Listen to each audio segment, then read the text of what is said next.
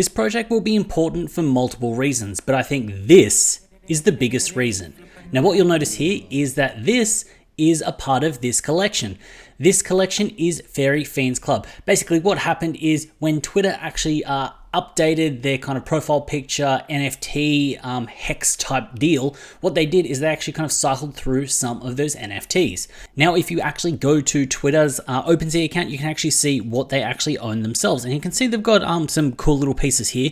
Basically what they were doing is they were asking creators what should be in the profile picture, and then sort of people put some stuff out. But what's crazy is you can see down here that snuck in Fairy Fiends. Now, the reason that I say that this is important and crucial is that Twitter is the very first platform to kind of incorporate NFTs as profile pictures. Instagram, Facebook, TikTok, all these platforms will follow suit, and eventually this will become the norm and what you will see. Now, what is crazy about this project is if you actually jump in and have a look at Fairy Fiends, they haven't been released yet. They've only got almost 3,000 followers on Twitter. When it comes down to their Discord, they've got sort of 5,000 people in their Discord.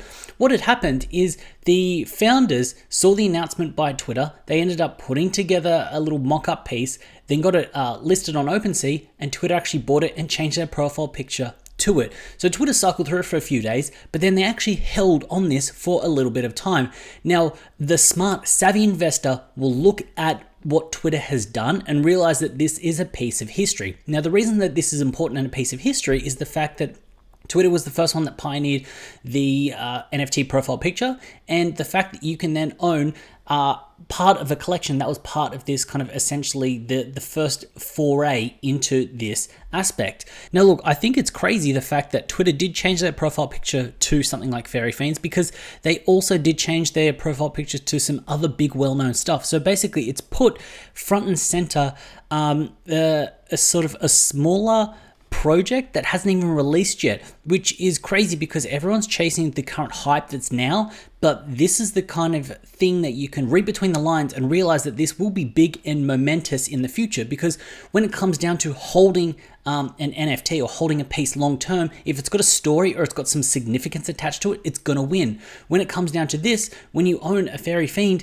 people are going to be like, why is that in your collection? You're going, this is part of the collection that Twitter ended up buying and using as one of their first profile pictures. This is what kicked off the profile picture NFT sort of verification aspect. You will hold something that's a part of history. Now, the reason that I'm kind of jumping around and haven't jumped too much into the founders and the details is I wanted to set this up so you understand the importance of what this project is and what it can be. The other aspect is the fact that big players in the space, people that have seen this before, will understand and realize the fact that Twitter had done this, and with some other project, but the fact that Twitter had done this, you're able to get in on this project on the ground floor, get sort of whitelist, get into it without the hype being around it just yet, because hype will build and then the attention will come and this will run out. Now, the other aspect that is important about this project is one of the founders, Riv. Now, I've spoken to Riv. Now, what is crazy is that she is documenting the process of creating the NFT. You can see here, she's on TikTok sort of essentially daily, and this is her sort of partner within the project, just putting stuff out there. Riv is super bubbly. She's happy, she's excited to kind of learn on this process. She's excited to be on this journey creating her NFT and showing people who she is and how they're actually putting it together. Now, this is another big important thing because it's a female led project, and it's not just like some shadowy behind the scenes thing. She's front and center, and she's kind of honest and upfront with the way that they're kind of going. Once I kind of found out the project from the Twitter account, I actually reached out to Fairy Fiends, wanted to have a chat, and I had a chat to Riv.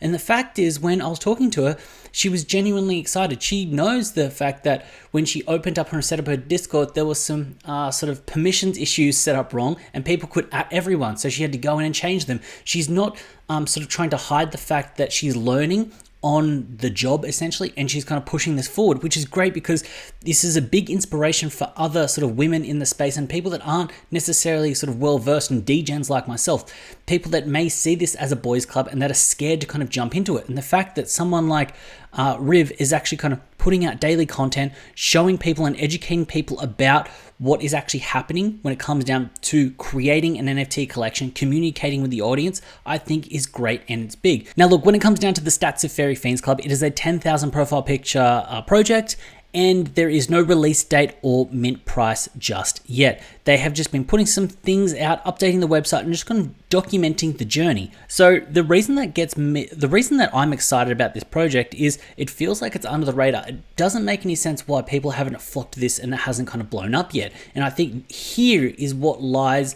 a very good savvy trade if you actually can sort of dedicate a little bit of time to kind of reach out and sort of build a relationship with Riv and the team at Fairy Fiends. The reason being is the fact that you've got Twitter that kind of changed their profile picture, but Riv's doing enough work and she's outgoing enough that I can see her making some connections with someone like a Gary Vee or someone big in the space and kind of doing a collaboration in a sense, because she's a personality in herself, which will then propel this forward. And if you can then get in on the ground floor of this, you're going to do great. Now, I'm not saying that this is going to become a future blue chip 1 ETH floor, but it has all the elements that do stack up to make it a blue chip project. The fact that it does have some sort of heritage and story that will be relevant in 5-10 years time, that's good. The fact that the founder is out there all day pushing the brand and kind of trying to improve on it, that's also good. So there are these sort of aspects that are at play that do make sense when it comes down to Fairy Fiends Club. So who is Fairy Fiends Club for? I don't think this is for someone that's new to the space. I think they'll get a lot of value out of it, but I think the real savvy play here is by someone that has been in the space that understands the dynamics at play. I think the project is cute enough that it can pop off, that's fine. The team are competent enough to get it across the line and it's going to do well. But the reason I say I don't think it's for someone that's new is that I think a lot of new people are looking for these hyped projects to kind of make these quick flips. I feel like Fairy Fiends Club is a little bit of a sleeper project, something that will gain some momentum as it gets a release date, as it gets a mint price, and as you kind of get closer to that launch date because of how it's positioned. I think this is the kind of project that people that have been in the space know the importance of what this project can be and will kind of hedge a bet essentially and kind of ensure that they've got some of these in their collection. Now, I do think that you need to understand your risk tolerances when it comes down to a project like this, because at the moment, the hype isn't there. And I'm not saying that you need hype for a project to sell out. You don't need hype for a project to sell out. But if you're in this for the short-term flips and the short-term games, I don't think this is a good project for you. I think this is the type of project that you can kind of sort of stash away, hold in the collection in preparation for it to actually kind of have a run-up a little bit later on when all of the pieces get connected together. Because when you think about it, a big organization like Twitter, they've seen something in this. They think the art is cute. They've also seen how active the founder is, and they've decided to kind of essentially promote this to a worldwide audience. And I do see this being a part of history later on down the line. So that's my breakdown about Fairy Fiends Club and why I think this project is important, and it is well worth kind of putting on your radar and investigating and seeing if this is something you would like to pursue later. Now, full disclosure, I don't have any whitelist spots. I haven't been paid anything or anything like that. I saw this and I wanted to reach out and investigate this further and kind of bring this to you so you can understand my mentality when it comes into finding new projects. Because if this blows up and gets to sort of 20, 30, 40K on Twitter and sells out, people are going to say, hey, why didn't I know about this earlier? This is the type of content that needs to be put out so you can understand the mentality to then get in front of these projects and kind of get onto the whitelist again, then get sorted.